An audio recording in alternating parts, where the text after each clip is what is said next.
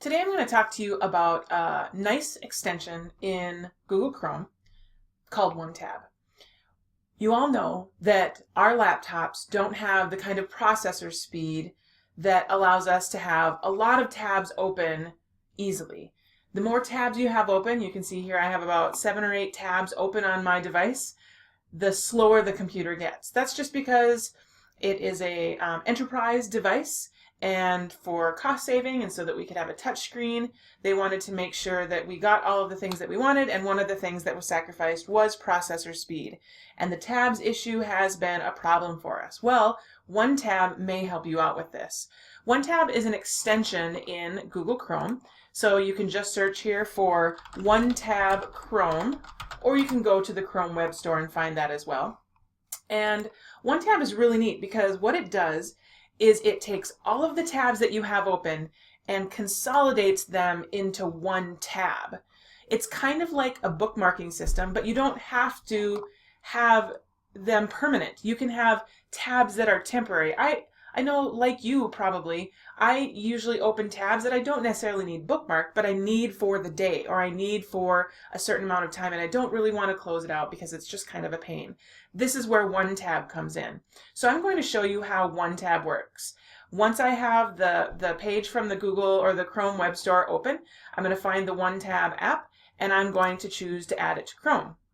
I want to give it permission. Basically, it's just able to read and change all the data on the websites I visit, much like Google Chrome does anyway. And once it's installed, it's going to show up right up here. So it looks like a little funnel, and that's basically what OneTab does. Is it funnels all of your tabs into one tab. So I'm going to show you how slick that is. You can see here I have 9 tabs open right now. And so I'm going to click this little icon, the funnel icon from OneTab, and all of a sudden it's going to take all of my tabs into one tab.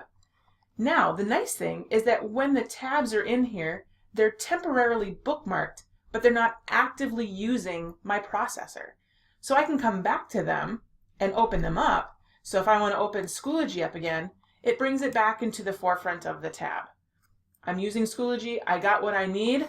I click my OneTab again, put that Schoology away, and it pops it right in there. I want to go back into Infinite Campus. We know that that's a processor hog. I might put that in OneTab all the time. And then I'm working in Infinite Campus, I'm good to go.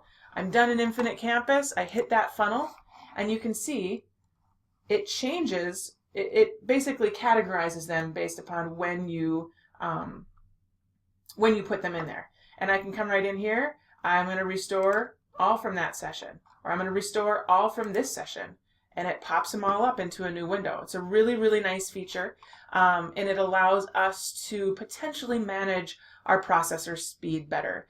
So if you use Chrome, it's a great extension, and if you don't use Chrome, you can always look in Firefox or Edge for a similar extension. I have yet to find one, but they could be out there, you never know.